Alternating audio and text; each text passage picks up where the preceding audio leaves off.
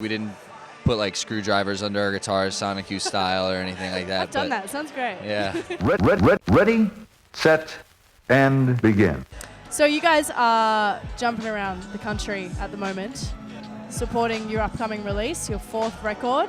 How's it all been going? It's been fun. It's definitely been cool playing a new song. We've pretty much been playing the same.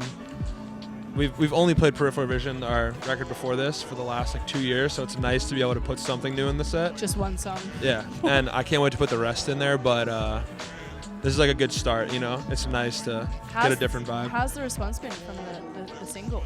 It's been pretty good. It's still pretty new, so I don't really know exactly how it's gonna pan out long term, but we feel really good about it and the reception of it so far. So you guys released the 3rd album, Peripheral Vision, as you just said, in 2015, and that sort of came with this new sound, this sort of dreamy indie rock, I should say. What can we as listeners expect from the 4th record? I think it's less of a departure than Peripheral Vision was from Magnolia, but I do think it's markedly different. I would say Supernatural is somewhere in the middle, probably towards the more similar end of the songs to Peripheral Vision.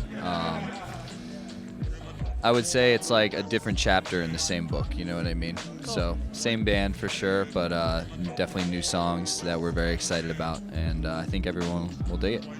What inspired that progression from your 2nd record to your 3rd record? Because there is quite a significant change in sound and vibe. Do you think that there was a shift in your influences, or? Yeah, I definitely think that just naturally we all start to find new music, and then we're obviously just growing up. When we started the band, we were fresh out of high school. Casey was still in high school when we first started touring, and you just grow up, and the things you think you that mean the world to you still mean a lot to you, but you find something else that means the world to you, and you're just Totally. you're just growing up and changing, and you can't just keep doing the same thing forever, and that's just been a heavy influence on us, I would say. Do you feel like your fans have sort of shifted?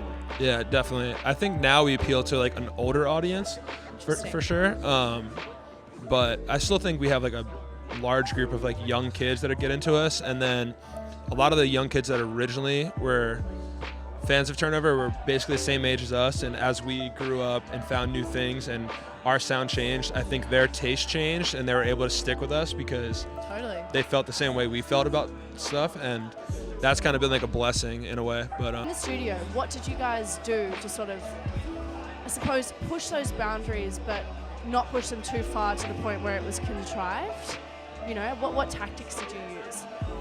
I don't think necessarily we tried to as far as recording and production wise, we tried to do anything too crazy. You know, we didn't put screwdrivers under our guitars, Sonic Youth style, or anything like that. I've done that. Sounds great. Yeah. I think more so I'm from a songwriting perspective. You know, there's a lot of bands that do really cool things that are strange, and whatever the reason they might do it, just to mess up the status quo or whatever the case might be. But I didn't want, I was just getting into a lot of things. I was talking to somebody else about Pet Sounds and how it's my favorite record, and that's a good example of kind of what I was aiming to do.